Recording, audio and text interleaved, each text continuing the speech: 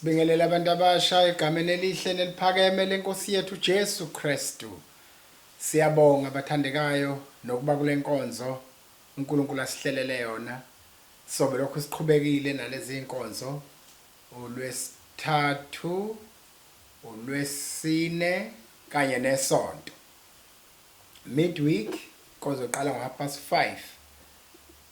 Sunday 10 o'clock.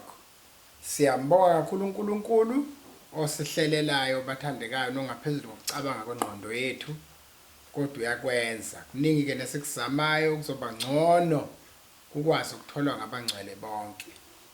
Amen. Ngicela singakaye ezwini sithole sithandaze egameni lenkosi. Baba wethu onamandla onke siyabonga Nkosi nakulolu suku ngolunye lwezenzile ngoba wena wawukhona insuku zingekho wawukhona umhlaba ungekho uyoba khona kuze kube phakade. Siyakhulekela isibusiso sakho, siyakhulekela abantu abasha osiphe bona uthe wena bayifa elivela kuwe. Sikhulekela isibusiso uNkulunkulu wami, busisa na inkonzo singena kuyo wenzele ubuhle nokudunyiswa kwegama lika Jesu Kristu umsindisi wethu. Amen. Bantu abasha ngicela siphenye emabhayibhelini ethu incwadi kaMpostoli Paul ebhalela uTimothy isahlu yokuqala isahluko sesine sifunde uverse 12.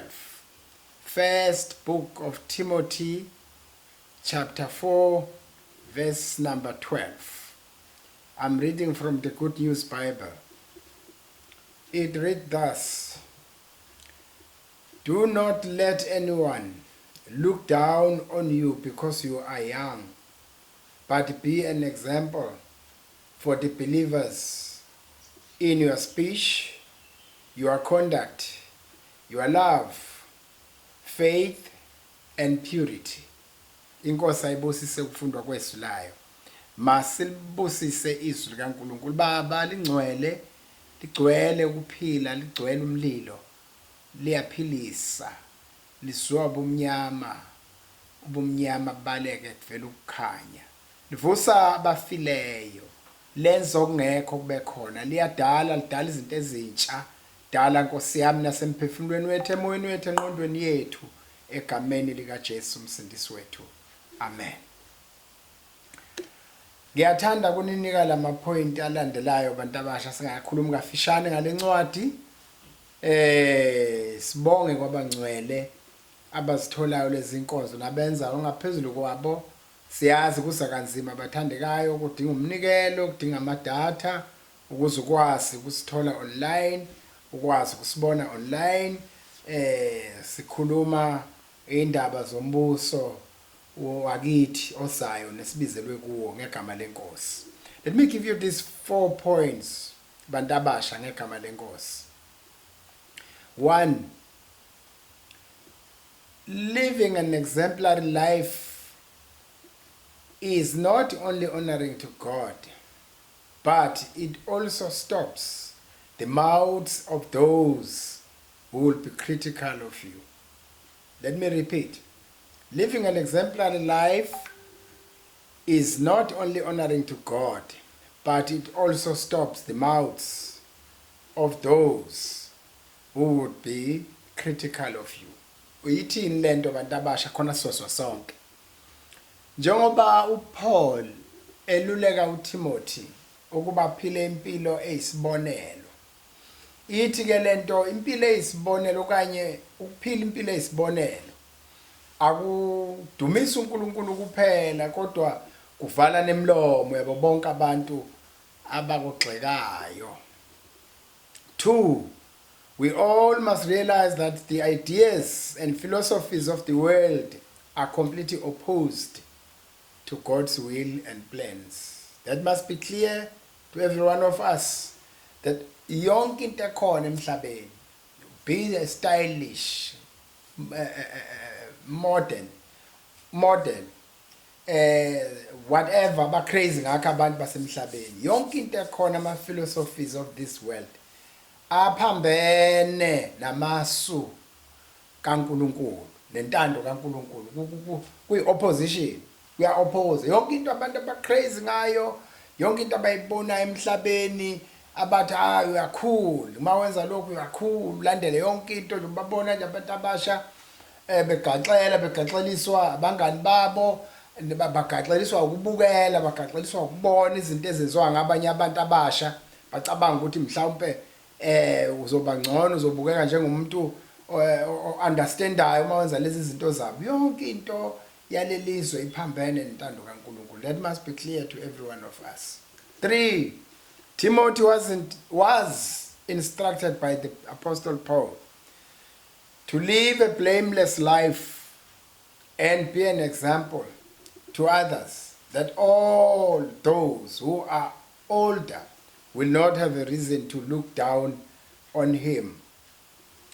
Isilingo sethu bathina sesibadala kuba sinibuke phansi sinibuke njengabantu engeke nenza lutho, inini enidlalela ngasetshene ezifayo ngebehavior yenu ngokwenza kwenu izinto eziningi, size sikhohlwe ukuthi kukhona okuhle okungaqhamuka ekuvezwa yini bantu abasha. Hayi ngoba sinikhondema, hayi ngoba sinihlulela, kodwa indlela enenza ngayo yenza umqondo wethu usitshene ukuthi hayi laba bantu songathi bengeke bekwenza okwezwa abadala, ngoba sifuna abantu abasha abagcwele umfutho abazokwazi ukwenza nongaphezulu kwesikwaziyo nengaphezulu kwesanifundisa khona, ngoba sifuna lokho esikushoyo masibeke kodwa kuhlale kuphume kini seku2, masibeke ku2 kuphume kini seku3, njalo njalo. Kungabi ukuthi the standard is lowering down, the standard is going down, going backward, kodwa standard asiqhubeke. Masithi thina siyouth yama-70s 80s 90s kuza ko-2000 njalo njalo siqhubeka sikhula sibabadala basesingaka, sifuna ukubona ivangeli liba ngcono kakhulu.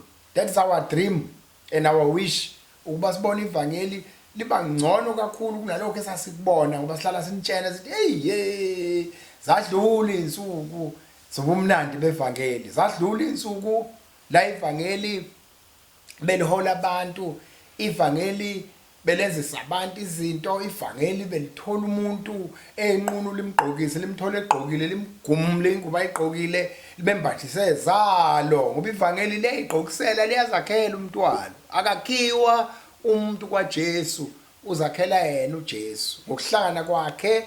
Umuntu ushapwa ivangeli, ushapwa uJesu qobo lwakhe. Ipoint lokugcina lo number 4, how do you cope to be exemplary? That's a question. For God desire to have a close, intimate relationship with you.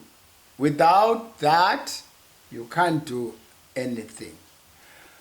Kusho ukuthi le exemplary life le blameless life akhuluma ngayo Paul uyithola ngokuba nobudlelwane obuqileyo noJesu noNkulunkulu. Kube sekuzenzakalelana ukuba ube example, ube umuntu ophila lempilo le blameless, idalwa ubudlelwane onabo noJesu, idalwa ukuhlangana kwakho close friendship noJesu, uba familiar with him. Ngoba kukhona abantu abakwazi ukukhuluma abathi if you can show me your friend, I can even tell you your future. Bayazi ukuthi ukujwayelana nalabo bantu ojwayelana nabo nawe uba njengabo, ubheke kwezinto zenzayo ziyafana nabo. So umujwayelene naye ukufakela lokhu uNkulunkulu, ukufakela lamandla okuba uphila impilo example, ube umuntu oyisibonelo, ube umuntu ophila impilo epeculiar, ube umuntu ohlukile kwabanye abantu. Manje ke ivesi esilifundayo namhlanje lithi do not let anyone look down on you because you are young, but be an example for the believers in your speech, khulumeni kwakho, ekuyiphatheni kwayo, your conduct, your love, faith. Uyazi makuthiwa faith, ukukholwa ngatho kanti ukukholwa kunama level. Khona ukukholwa okugulayo, khona ukukholwa okuphilileyo. Ube nokukholwa okuphilileyo and purity. Umuntu omusha esimfunayo nesimthandazelayo enkonzweni enkosini ebukhoneni bethu la sikhonzisa khona. Sifuna abantu abasha abagcwele ukukholwa okuphilileyo, abagcwele uthando, basiphatha kahle, abakhuluma kahle, abamsulwa. Yini enza lokho? Ubudlelwano obuhle noJesu. Ubudlelwano obuhle noJesu bukwenza buyakushape ube umuntu ozophila that blameless life. Ube exemplary.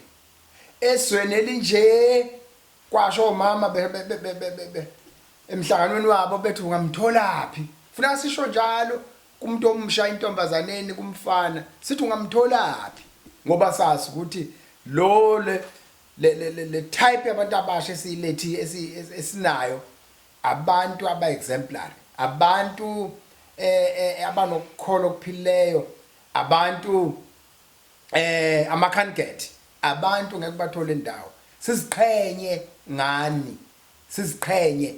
Ingakho ngithi ke lezi ntshumayelo zithi ke njenganamhlanje besithi guiding the youth to the right direction continues, because we started last week sikhuluma ngokuguide abantu abasha baqonde endleleni ephilayo, ngoba uma kungenjalo you can't make it.